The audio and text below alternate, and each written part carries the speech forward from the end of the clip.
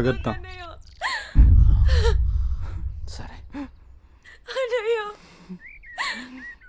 అన్నయ్య అన్నయ్య అన్నయ్య అన్నయ్య నన్ను వదిలేయొద్దు. అన్నయ్య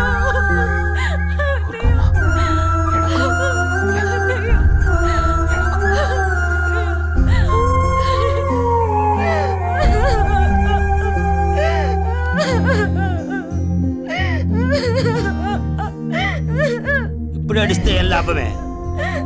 వాడిని గారాబంగా పెంచినప్పుడు, వాడు అడిగిందల్లా ఇచ్చినప్పుడు, చెడు తిరుగులు తిరుగుతున్నప్పుడు అప్పుడు ఆడవలసింది. ఉన్న ఒక్క కొడుకుని సరిగ్గా పెంచలేదని ఆడవలసింది. నీ ఆస్తి, అంతస్తు, పరువు, ప్రతిష్ట అంటూ వాడిని నెత్తిని పెట్టుకుని పెంచావు. హద్దు అదుపు లేకుండా పెంచావు. నీకు నాకు చివరికి కడుపు కోత మిగిల్చి వెళ్ళిపోయాడు. నీ ఆస్తితో నువ్వే ఊరేగు.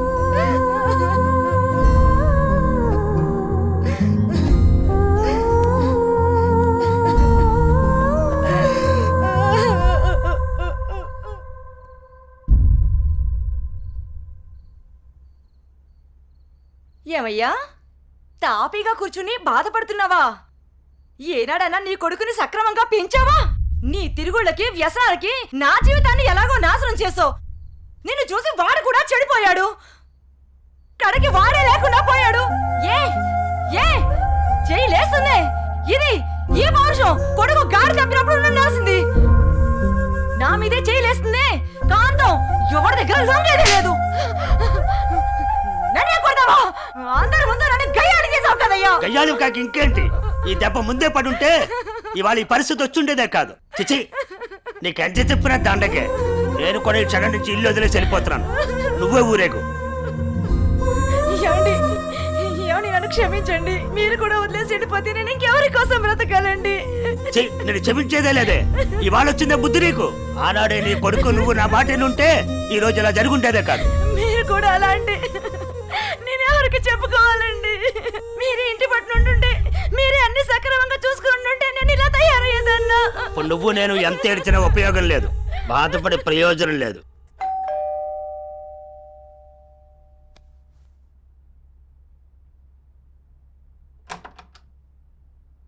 లోపలికి రానయ్యా.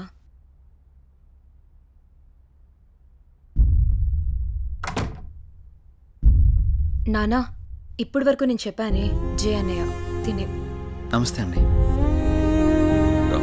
కూర్చో.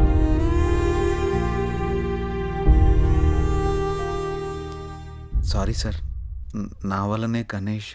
జై, ఈ విషయంలో నీ తప్పేం లేదు. జరిగిందంతా భార్గవి చెప్పింది. లేదు సార్, ఆ రోజు నా నిర్లక్ష్యమే ఈరోజు ఇంతమంది బాధకు కారణమైంది. విధిరాతనెవ్వరూ తప్పించలేరు. అయినా నువ్వున్నావుగా జై.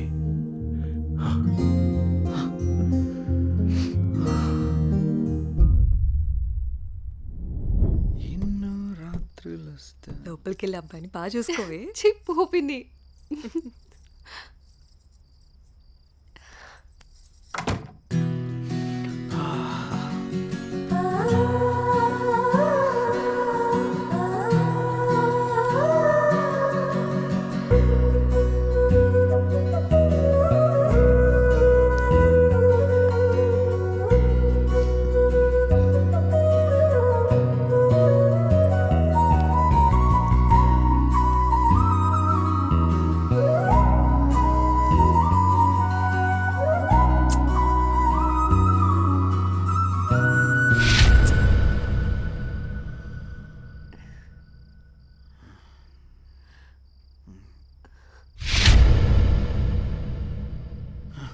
తప్పు చేస్తున్నావు జై. ఇవన్నీ చెల్లెలు పెళ్లి తర్వాతే.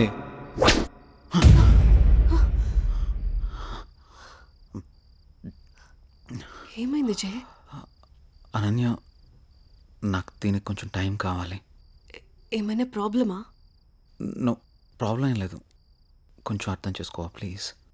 సరే. ఓహ్